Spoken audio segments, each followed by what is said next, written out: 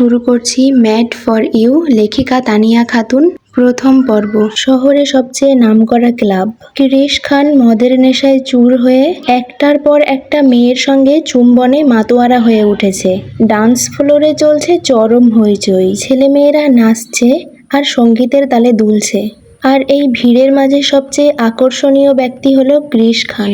সে ঘুরে একবার এক একজন মেয়ের গায়ে হাত রেখে মিশে যাচ্ছে তাদের ঠোঁটের সঙ্গে। তার হাতে ড্রিঙ্কের গ্লাস, কখনো এক মেয়ের সঙ্গে কিস করছে, মুখ ফিরিয়ে আবার পাশের মেয়েকে কিস করছে। মনে হচ্ছে সে আজ মনের মতো মেয়ে পাচ্ছে না। যদিও মেয়েগুলো বিরক্ত নয়, বরং উপভোগ করছে। কারণ এই ক্রিশ খান দেশের শিক্ষামন্ত্রী মায়ের এক বখাটে ছেলে।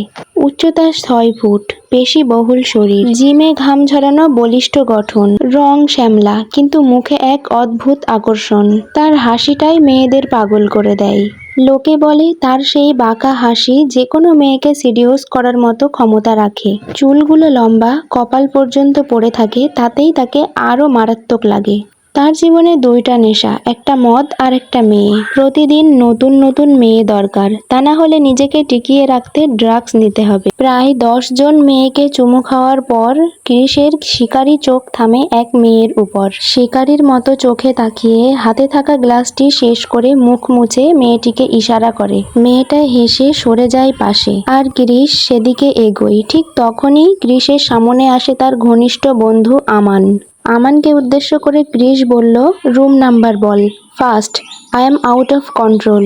আমান বলল, রুম বুক করতে পারিনি, তোর সব কার্ড ব্লক দেখাচ্ছে, মনে হয় তোর বাপ সব টাকা হাতিয়ে নিয়েছে। ক্রিশ বাঁকা হেসে বলে, this is not fair mister Shariful Khan, fuck your মানি। এই বলে পাশে থাকা এক মেয়েটাকে ইশারা করে ধীরে ধীরে ওয়াশরুমের দিকে হাঁটে।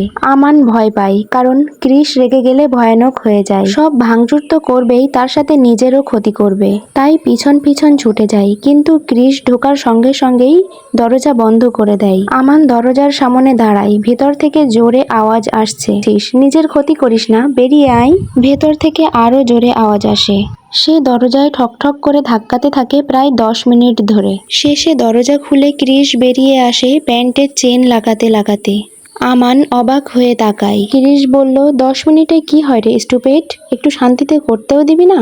উত্তরে আমান বলল, না মানে তুই ওয়াশরুমে? ঠিক তখনই ভেতর থেকে এক লম্বা ফর্সা মেয়ে বেরিয়ে আসে, ছোট ড্রেস পরা, চুল এলোমেলো, মুখে ক্লান্তির ছাপ, বোঝাই যাচ্ছে তার অবস্থা খারাপ। ক্রিশ মেয়েটার দিকে না তাকিয়েই বলল, ওকে ওর অ্যামাউন্টটা দিয়ে দে, ডাক্তার দেখানোর জন্য।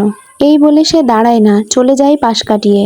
আমান তাড়াতাড়ি পকেট থেকে টাকা বের করে মেয়েটির হাতে দেয়, তারপর চলে যায় ক্রিশের পিছন পিছন। ক্রিশ গাড়িতে বসতেই আমান দৌড়ে এসে ড্রাইভারের সিটে বসে পড়ে। ভাই, বলি কি রোজ রোজ এসব করে কি পাস, এখন তো এটা বন্ধ কর। ক্রিশ লালচে চোখে তাকায়, এমন দৃষ্টি যেন কথা বললেই বিস্ফোরণ ঘটবে। আমান গলা শুকিয়ে ঢোক গিলে তারপর বলল, মানে তুই যেভাবে মেয়েগুলোর অবস্থা করছিস, প্রায় তাদের হসপিটালে ভর্তি করতে হয়। আজ 10 মিনিটে কি করলি? যে মেয়েটা। আমানের কথা শেষ করার আগেই ক্রিশ বলল, গাড়ি চালাবি না লাথ মেরে বাইরে ফেলে দেব? উত্তরে আমান বলল, না না ভাই, আমি চালাচ্ছি।